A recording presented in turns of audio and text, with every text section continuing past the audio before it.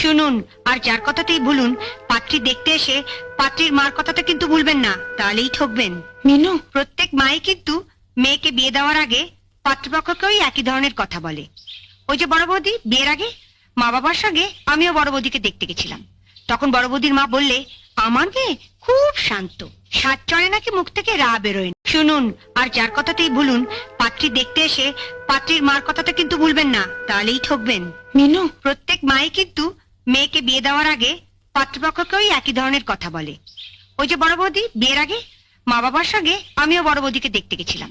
তখন বড় বৌদির মা বললে, আমার মেয়ে খুব শান্ত, সাত চড়ে নাকি মুখ থেকে রা বেরোয় না। শুনুন, আর যার কথাতেই ভুলুন, পাত্রী দেখতে এসে পাত্রীর মার কথাটা কিন্তু ভুলবেন না, তাহলেই ঠকবেন। মিনু, প্রত্যেক মাই কিন্তু মেয়েকে বিয়ে দেওয়ার আগে পাত্রপক্ষকেই একই ধরনের কথা বলে।